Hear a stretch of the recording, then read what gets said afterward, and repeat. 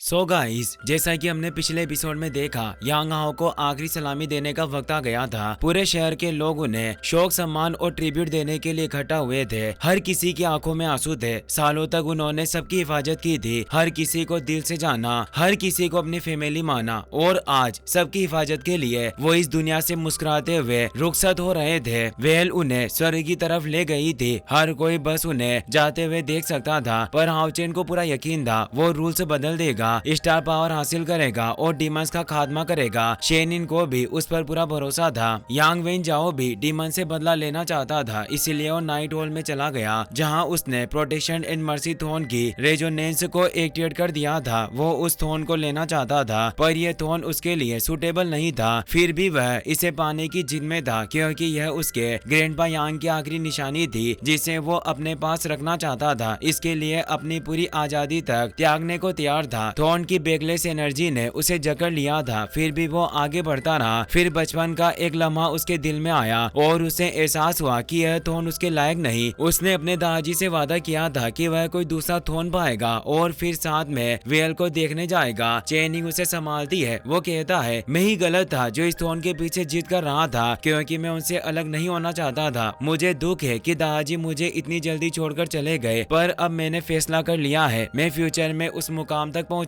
जब मैं डीमन को हरा सकूंगा और मेरा खुद का एक थोन होगा, और तब मैं अगारे से अपना बदला पूरा करूंगा। तभी वहाँ लॉर्ड जियाजे, यिंग और लोंग तियानिंग और बाकी लोग दौड़ते हुए आते हैं। वे सभी यांग वेन जाओ की बातों से इमोशनल हो उठते हैं। अब हमें अगले दिन का सीन दिखाया जाता है। प्रोटेक्शन एंड मर्सी थोन का सिंहासन खाली हो चुका था। इसे हासिल करने के लिए सभी 9 लेवल के नाइट एक एक करके कोशिश कर रहे थे, पर कोई सफल नहीं हो रहा था। वे इतनी जल्दी कर रहे थे क्योंकि अगर इस थोन का उत्तराधिकारी जल्द न मिला तो यह थोन गायब हो जाएगा, और फिर उसे पाने के लिए किसी को फिर बेइंतहा पीड़ा और दुख के समंदर से गुजरना पड़ेगा। अनगिनत मुश्किलें और भ्रम का सामना करना पड़ेगा। इसीलिए जो भी काबिल था उसने पूरी कोशिश की, पर कोई कामयाब नहीं हुआ। हान क्वीन ने लॉर्ड जियाजे से कहा, नाइट टेम्पल के 9 लेवल के लगभग सभी नाइट पहले ही प्रयास कर चुके हैं, पर अभी तक कोई भी इस एग्जामिनेशन में पास नहीं हुआ है। क्या ऐसा हो सकता है कि इस बार हमारी मानव जाति के बीच कोई काबिल योद्धा बचा ही नहीं? तभी ली शिन वहाँ जाती है। वो कहती है, मुझे भी एक बार कोशिश करने दीजिए। सभी हैरान थे। एक नाइट बोला, क्या ये सिर्फ 8वीं रैंक पर भी नहीं है? फिर यह कैसे इस टेस्ट को दे सकती है? दूसरे नाइट ने कहा, हम 9 लेवल के नाइट भी इस टेस्ट को पार नहीं कर पाए, फिर तुम 8वें लेवल पर होते हुए इसे हल्के में क्यों लेना चाहती हो? पर ली शिन जरा भी नहीं रुकी। उसका इरादा दृढ़ था। वो आगे बढ़कर रिस्पेक्ट देती है और होली नाइट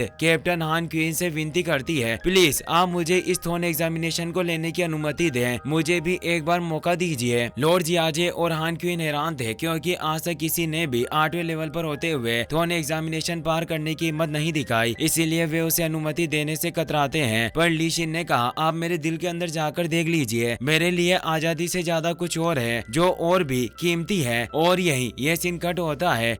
अब हमें स्टार डोमेन में सानमी की लैब दिखाई जाती है, जहां हाओचेन वापस लौट आया था। उसे भी ग्रैंडपा यांग के गुजर जाने का बहुत अफसोस था। सानमी उसके पास आते हैं। वो कहते हैं, भले ही मेरे पास अब जिंदगी की आखिरी झलक ही क्यों ना बची हो, पर फिर भी मैं तुम्हारे लिए आगे के रास्ते को रोशन करता रहूंगा। सानमी आसमान की तरफ देखने लगते हैं। हाओचेन धीरे से कहता है, सीनियर सानमी, मुझे कुछ भी करके जल्द से जल्द 5th स्टार क्राउन तक पहुंचना होगा, ताकि मैं इस स्टार डोमेन डेथ अरीना को रोक सकूं। मैं नहीं चाहता कि अब हमारे अलायंस में कोई और अपनी जान कुर्बान करे। सानमी कहते हैं, तुम्हें बाकी के स्टार्स को प्राप्त करने के लिए बहुत कठिन रास्तों से होकर गुजरना पड़ेगा। हर एक कदम पर तुम्हें अकल्पनीय जोखिमों का सामना करना होगा, पर सबसे पहले तुम्हें इस स्टार डोमेन की सबसे अंधेरी जगह पर जाना होगा, जिसे फॉरबिडन लैंड कहा जाता है। वो एक अबिस की तरह है। वहाँ तुम्हें दूसरे इटर्नल हीरो यानी वे युशांग को खोजना होगा, और उसकी मदद से ही तुम 3rd स्टार क्राउन हासिल कर पाओगे। अब सानमी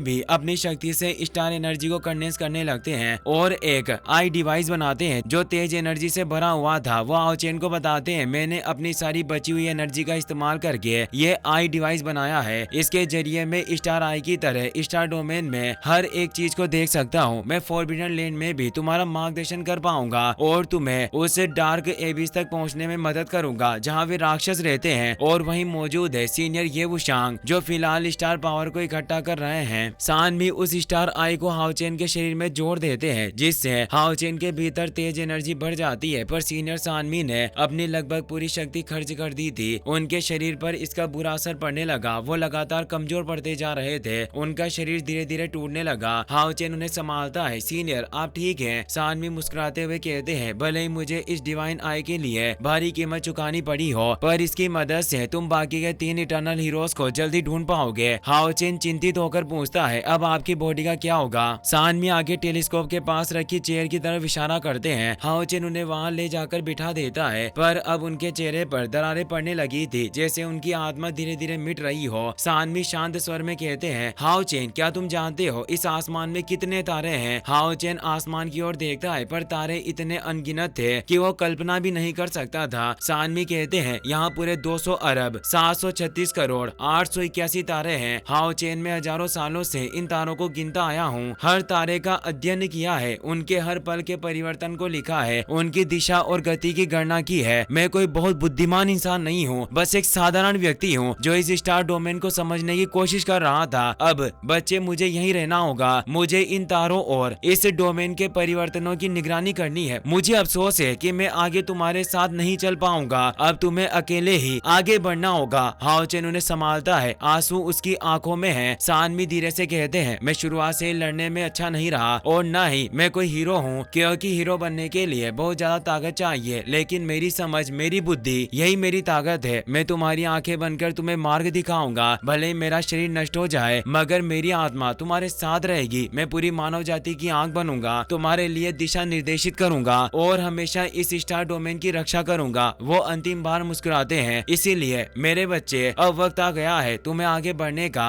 एक लंबा रास्ता तुम्हारा इंतजार कर रहा है। कभी पीछे मुड़कर मत देखना जब तक तुम इस स्टार क्लस्टर के अंत तक नहीं पहुंच जाते। शायद वहां हम फिर से मिल पाएं। और यही सीन धीरे धीरे फेड आउट होता है। अब एक पोर्टल खुलता है जिससे हाओचेन को फॉरबिडन लैंड में जाना था। वो सीनियर सानमी को झुककर आदर देता है और कहता है, सीनियर, आप मेरा यहाँ इंतजार कीजिए। मुझे खुद पर पूरा यकीन है, मैं आपको वापस घर लेकर जाऊंगा। सानमी उसकी आंखों में भरोसा देकर मुस्कुरा देते हैं। वो सोचता है, ग्रैंडपा यांग, सीनियर सानमी और हर वो इटर्नल हीरो, आप सब ने अब तक इंसानियत के लिए जितने बलिदान दिए हैं, मैं उन्हें कभी व्यर्थ नहीं जाने दूंगा। मैं सब कुछ बदल दूंगा और अपनी डार्क एबिस की यात्रा को पूरा करूंगा। इतना कहकर हाओचेन उस चमकते हुए पोर्टल के भीतर कदम रखता है।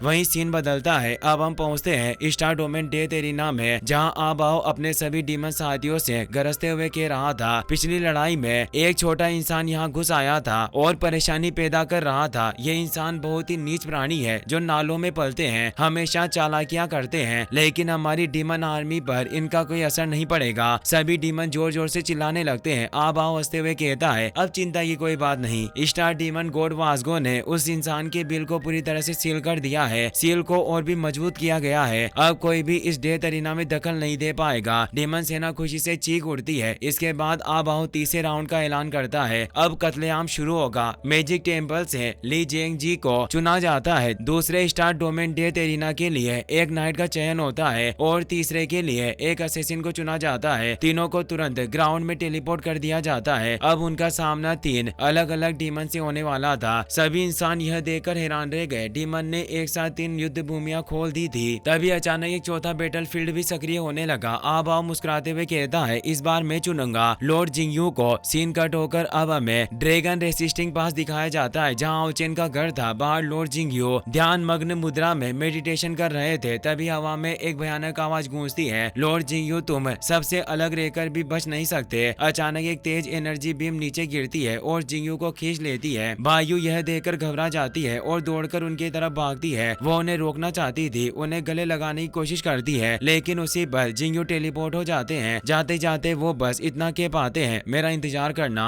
और अगले ही पल वो 4th डेथ एरिना में पहुंच जाते हैं, जहां चारों तरफ उबलता हुआ लावा था। लावे के बीच से एक भयानक डीमन बाहर निकलता है, जिसके कई टेंटिकल्स थे। वो था आनान। पहले भी उनकी लड़ाई हो चुकी थी। आनान हंसते हुए कहता है, लॉर्ड जिंगयू, जो जवाब तुम जानना चाहते हो वो मैं तुम्हें दूंगा, लेकिन अगर तुम मुझे हरा सको तो। और इस तरह लॉर्ड जिंगयू और आनान के बीच एक भयावह लड़ाई शुरू होने वाली थी। इसी के साथ यह एपिसोड यहीं पर खत्म होता है। अगर आपको ये वीडियो पसंद आया हो तो इसे लाइक करें और चैनल को सब्सक्राइब करना बिल्कुल मत भूलिए। Thanks for watching.